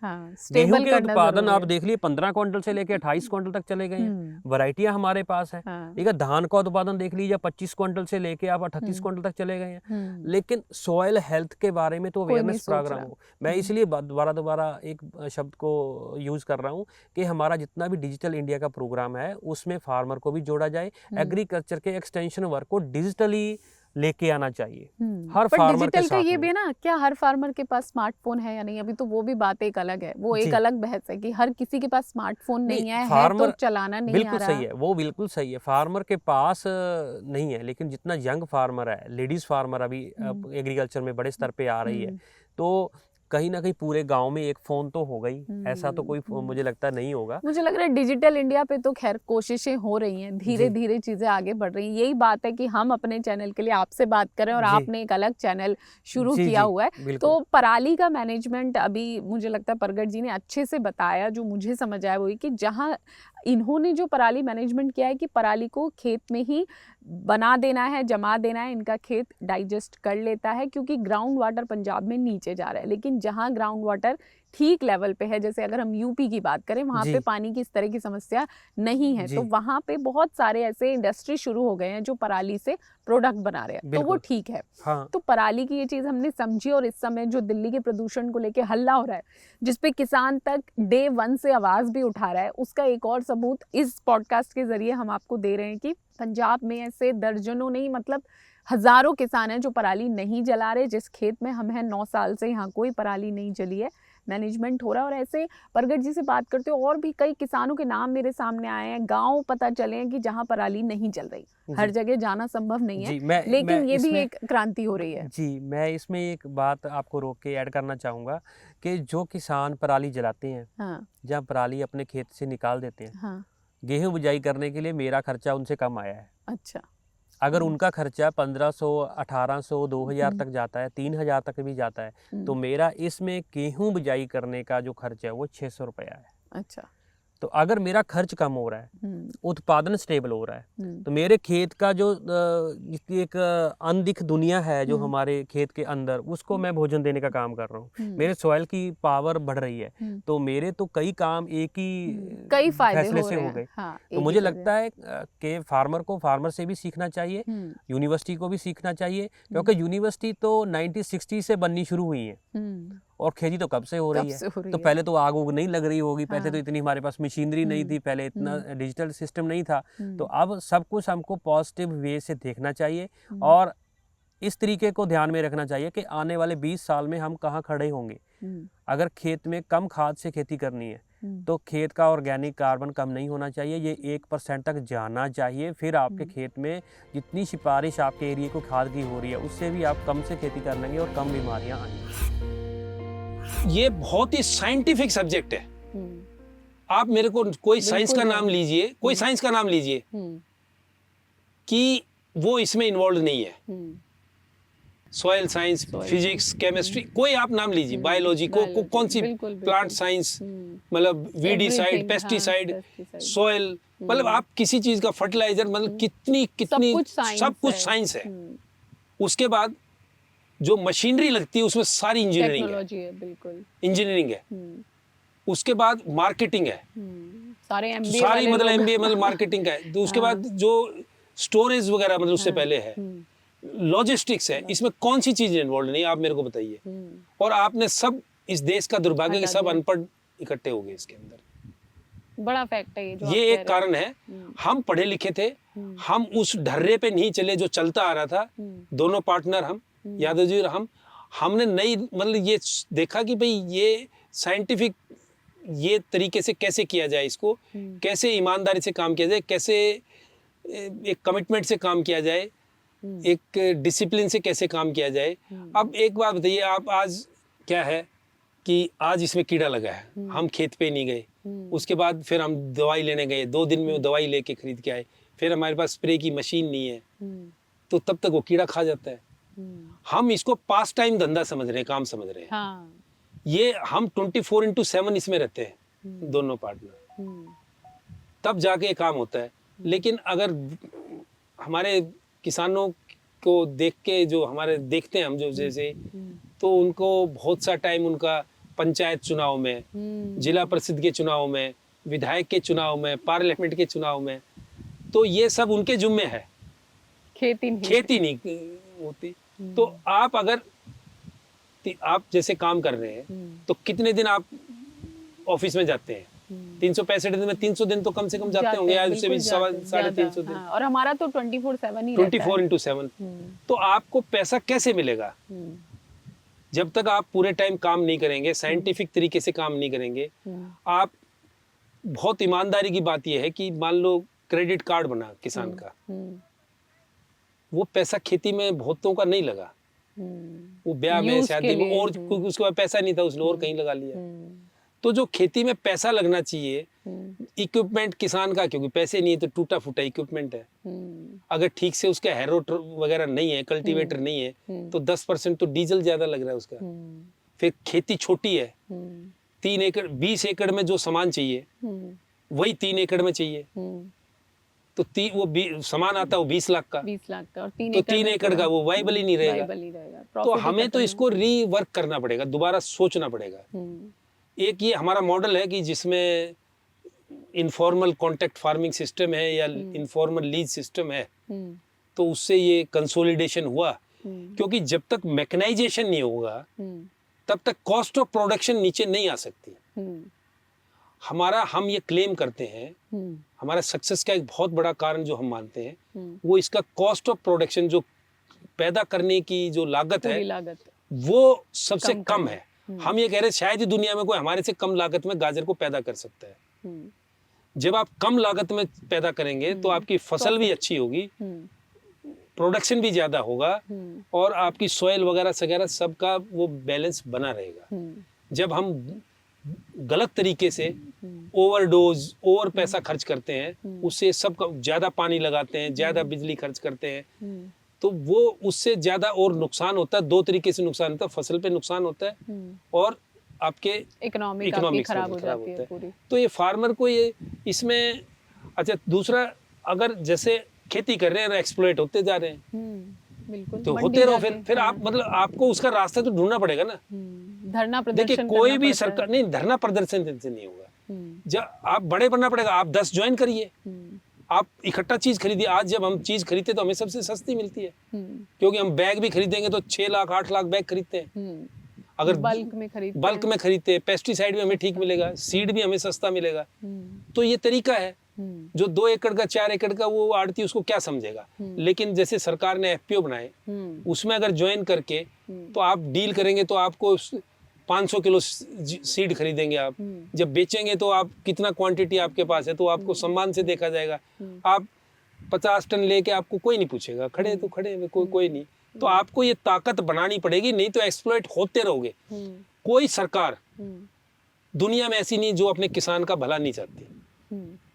भाई सबसे बड़ा वोट बैंक है, मान लो इंडिया में तो सबसे बड़ा वोट बैंक है, 50% से ऊपर है। तो कोई भी कैसा ही भी प्रधानमंत्री हो, कैसा ही मुख्यमंत्री हो, चाहेगा कि इसका वो स्कीमें भी बड़ी आती है, ला रहे हैं, मतलब बहुत बड़ी स्कीम आई हुई है प्रोसेसिंग पे, फूड प्रोसेसिंग पे। अभी उत्तर प्रदेश सरकार 10 करोड़ तक की सब्सिडी देती है, 10 करोड़ किसानों को, मतलब जो भी बनाना चाहता है, किसान नहीं, मतलब फूड प्रोसेसिंग में। और हजारों केस अभी पिछले 2 साल में हजारों केस पास हुए। मैं भी उसमें नॉमिनेटेड मेंबर हूँ, उसमें अप्रूवल कमेटी में। अच्छा।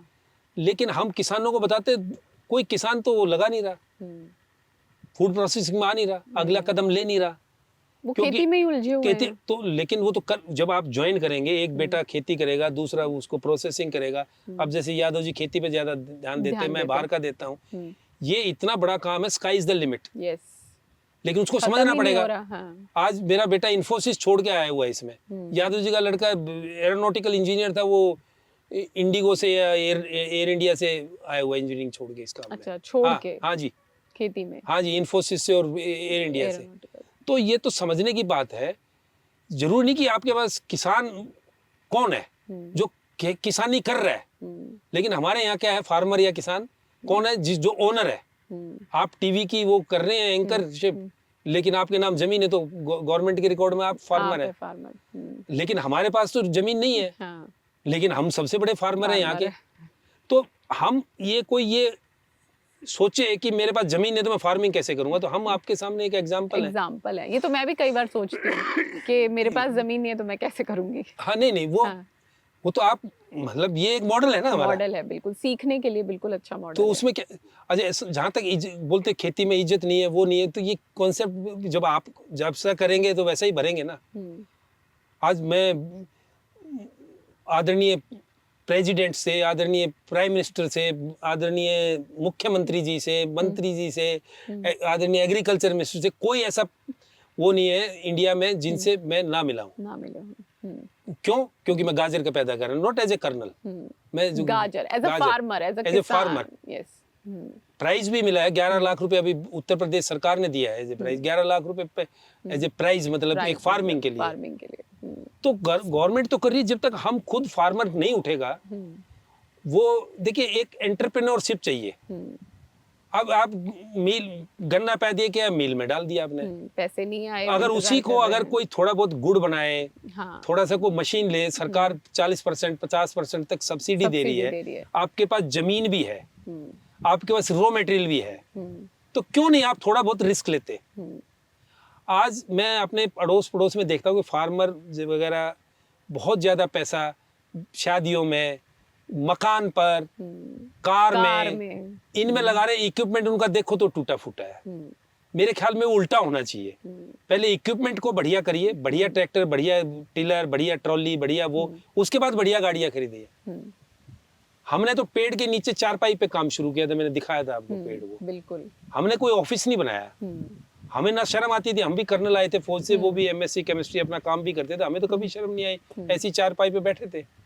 तो ये सब जब तक नहीं सीखेंगे, और इसमें पैसा है साहब, पैसा तो हम बैठे देख रहे हैं, हमारा तकरीबन आज इंफ्रास्ट्रक्चर जो है, तकरीबन उसकी कॉस्ट 100 करोड़ रुपए है, सिर्फ इंफ्रास्ट्रक्चर की। और ये सब कुछ खेती से कमाया खेती से हुआ है। हाँ, बिल्कुल कमाया हुआ है, बिल्कुल वाइट पैसा है, बिल्कुल कमाया हुआ है सब। कोई घर का सपोर्ट या कोई जमीन जायदाद बेच के आपने इक्विपमेंट खरीदा, ऐसा कुछ नहीं, थोड़ा बिके भी, प्रॉपर्टी भी बिकी, जब क्राइसिस आए। हाँ, भाई जब आपने रिस्क लेंगे तो थोड़ा सा ये सब तो होगा, लेकिन अगर आपका अपने काम के प्रति वो है, पैशन है, तो जब मेहनत कर रहे हैं आप, भगवान भी आपके साथ आके खड़ा हो जाता, तो फिर बन गया वो, जो बेचा था फिर आ गया वो, तो वो नहीं है। लेकिन बाहर जाने की बजाय आज हमें अपने अंदर ही देखना है, क्योंकि दुनिया में फूड की हमेशा डिमांड रहेगी। बिल्कुल, आने वाले समय में सबसे जो देखिए, पानी और जमीन, ये दो चीजें ऐसी हैं जिनकी शॉर्टेज बढ़ती जा रही है। बिल्कुल, ईश्वर ने तकरीबन दोनों चीजें आपको दी, और खासकर उत्तर प्रदेश में तो ये है जहाँ बैठे हुए, तो आपसे मतलब ब्लेस्ड कौन होगा, मतलब आप जितना आशीर्वाद हमारे फार्मर के पास है वो किसके। लेकिन हम अपना टाइम बहुत ज्यादा राजनीति में, छोटी मोटी गांव की राजनीति में, इनमें लगा लेते हैं। अरे आप अच्छा करिए, उसके बाद वो काम भी कर लीजिए। हाँ, पहले तो आपका अपना मतलब एक प्रोफेशन है। आप कोई, हम किसी को बोलते हैं, कोई जिसको नहीं भाई क्या करते हो आप, हम बोलते हैं खेती करते, नहीं खेती तो करते हैं, उसके अलावा क्या करते हो आप। आज सिकंदराबाद का जो कस्बा है, इसमें हजारों आदमी जो है ना, और औरतें इस काम में लगी हुई है। लेबर भी यहाँ है, सबके पास सब कुछ है। जो ये किसान शिकायत करते हैं लेबर नहीं होता, जब आप उनको काम देंगे, लेबर तभी तो आपके पास आएगी जब साल भर आपको काम देंगे। आप गेहूं और धान का फार्मर 20 दिन 30 दिन साल में काम देता है, सीजनल है बिल्कुल, तो वो 300 दिन कहाँ जाएगा, तो वो हट ही जाएगा। तो इसलिए ये सब जो दिखते हैं ये मतलब ये हैं, फार्मर को ठीक से गाइडेंस नहीं है। मेहनत वो कर सकता है, पैसा उसके पास है नहीं, लेकिन हम ये कहेंगे कि समझ भी जरूरी है। समझ, थोड़ा एजुकेशन होगा तो छोटे से काम शुरू करके भी ये बहुत बड़ा, बहुत जल्दी से बन सकता है। और आप इस पे लेकिन ध्यान दीजिए कि विश्वास भी तो होना चाहिए ना, कि मेरा इस काम में मेरा विश्वास है, मैं ये काम करूंगा तो ये दे सकता है। तो मुझे लगता है विश्वास आप जैसे लोगों को देखकर शायद डेवलप होगा कि जब ये एक आदमी कर सकता है तो मैं भी कर सकता हूँ। खेती से विश्वास भी उठाए पिछले कुछ यहाँ मैं बताता हूँ आपको, कम से कम भी 20 फार्मर तो कम से कम ऐसे होंगे जो करोड़ों रुपए से ऊपर साल की गाजर बेचते हैं, जो आपके साथ जुड़े हैं। हाँ बिल्कुल, जिनको पेमेंट करोड़ों रुपए जाता है, वाइट में चेक से जाता है। हाँ। कोई मतलब वो नहीं है। तो आप इसी तरीके से, जैसे हमने गाजर में काम किया, आप किसी चीज में कर लीजिए। अब हम मतलब मटर का भी, फ्रोजन मटर का भी काम कर रहे हैं, वो इसी से हुआ है अच्छा, सब। मतलब फ्रोजन के कैरेट भी बना रहे हैं, डाइसिंग भी कर रहे हैं। आप जाके देखेंगे तो देखेंगे, हाँ, पूरा मतलब प्रोसेसिंग यूनिट अलग है। मतलब फार्मिंग से लेके जमीन से लेके लास्ट तक हम्म, वो सब चीजें हमने किया। हम्म, तो ये हर कोई कर सकता है, कोई ऐसी चीज नहीं कि हमने कोई ऐसा तीर मारा कि कोई और नहीं मार सकता। लेकिन इस पे भरोसा करना है, एजुकेटेड इसमें आए, साइंटिफिक तरीके से काम करें। एक बात बताइए, इजराइल जैसा देश, उसके पास क्या था? आज खेती हम में इजराइल कहाँ सीखने जाते हैं। जाते हैं, बिल्कुल। और यहाँ आके हमारा बताते हैं। जो है ना, एक और बता दूं मैं, 10% जो ये है क्या बोलते हैं, खेती हो सकती है 10% लैंड के ऊपर पूरे वर्ल्ड में। और हमारे इंडिया में वो एरिया जो है तकरीबन 45% है, 45%। यूपी में तो वो एरिया 86% है। समृद्ध प्रदेश है एकदम, हाँ। अच्छी जमीन है, पानी है। हाँ, तो इससे बढ़िया तो कोई मतलब कोई जगह नहीं है। जगह नहीं है। किसी ने बताया होगा कि भाई आप उनसे मिलिए एक बार, तो मेरे पास आए, यहीं पे आए, तो उन्हें भी मैंने गाइड किया। क्योंकि जो एक नया पर्सन होता है उसके मन में बहुत सारे क्वेश्चंस सवाल होते हैं हैं। कि मैं लगाऊं कि नहीं चिंता भी लगाऊं, है। कैसे लगाना है, क्या करना है, पेड़ प्लांट्स मुझे कहाँ से मिलेंगे, बहुत सारे क्वेश्चन उसके मन में होते हैं।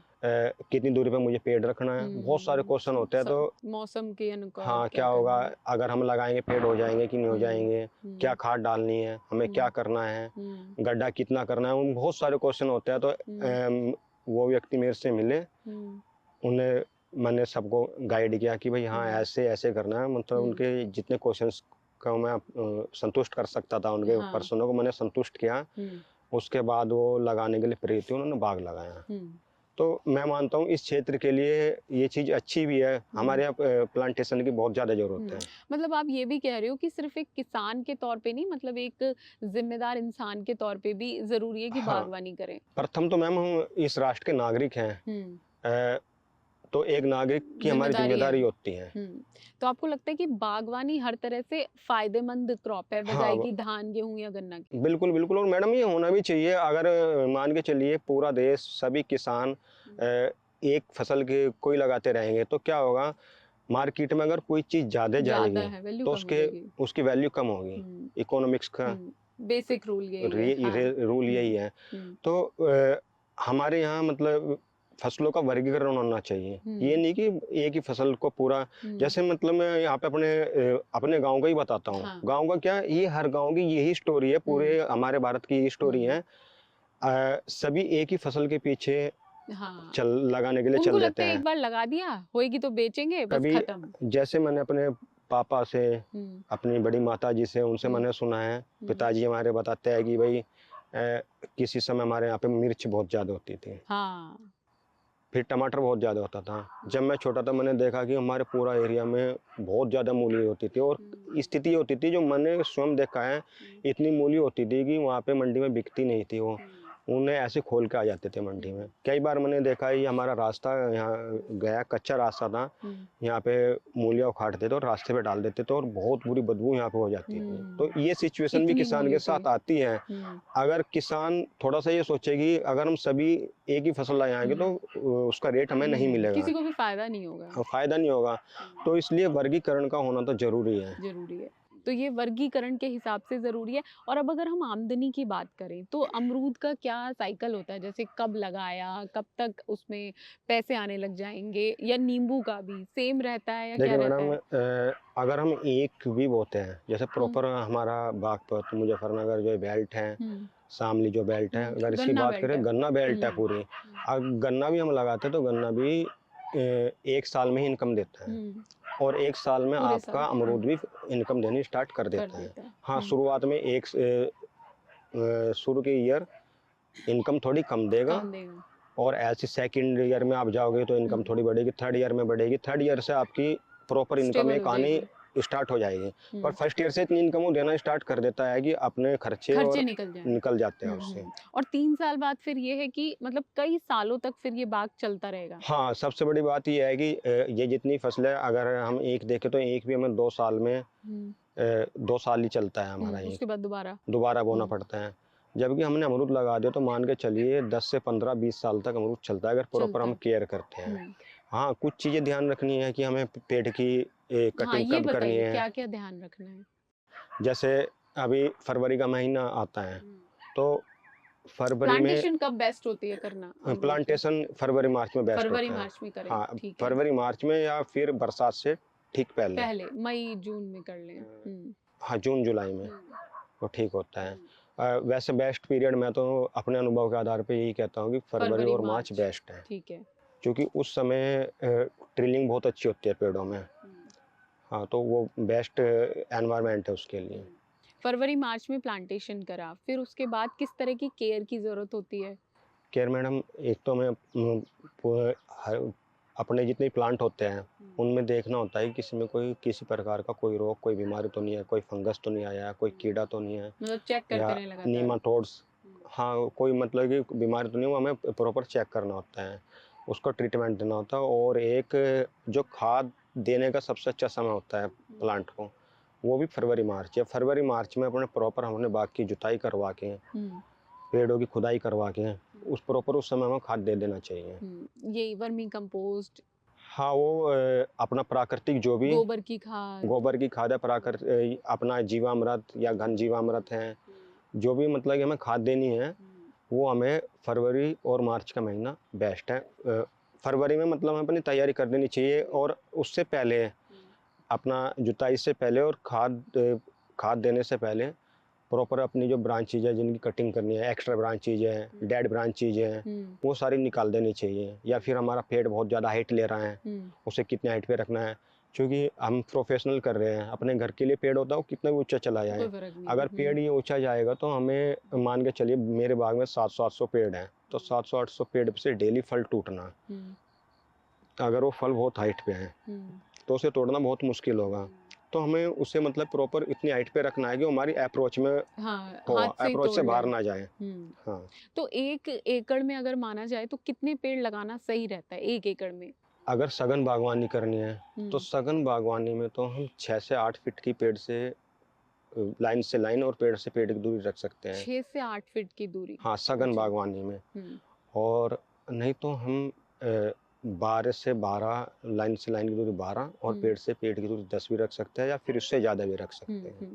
और बीच का डिस्टेंस कितना छोड़ना जरूरी होता है? लाइन से लाइन वाला? हाँ, 12 से 16 मतलब फुट। डिस्टेंस तो रहेगा, इसीलिए मल्टी क्रॉपिंग यहाँ पे इम्पोर्टेंट है। हाँ, अगर मल्टी क्रॉपिंग हम करना चाहते हैं तो डिस्टेंस तो हमें रखना ही होगा, 12 से 16 फीट का डिस्टेंस हम रख सकते हैं। और रोग वगैरह ना लगे इसके लिए क्या हम पहले से यूज करें, कीटनाशक वगैरह क्या यूज हो सकते हैं? इसके लिए हम पेड़ों में जो खाद देनी है वो अपना गोबर की खाद या वर्मी कंपोस्ट या जीवामृत, घन जीवामृत दे सकते हैं। उसके अलावा हम नीम की खली यूज कर सकते हैं, सरसों की खली यूज कर सकते हैं, कीट नहीं आते, रोग नहीं लगते। हाँ, और हम ट्राइकोडर्मा का यूज कर सकते हैं। अच्छा। हाँ, और इसको पानी की कब कब जरूरत होती है? पानी का मैम सर्दियों में तो पानी की जरूरत कम होती है, बरसात में तो जरूरत ही नहीं पड़ती है देने की। अब जो मैंने पानी की जरूरत होती है वो गर्मी के मौसम में होती है। हाँ, मई जून में वो हमें 1 हफ्ता से 10 दिन या 15 दिन के बीच पानी देना होता है। जैसे मतलब हम अपना खेत देखना चाहिए हमें बाग की, हाँ, जरूरत है कि मिट्टी सूख चुकी है, तो उस टाइम हमें पानी दे देना चाहिए। तो पानी की क्या, सिंचाई की विधि क्या हो सकती है बागवानी में? सिंचाई की विधि ड्रिप या कैसे करते हैं?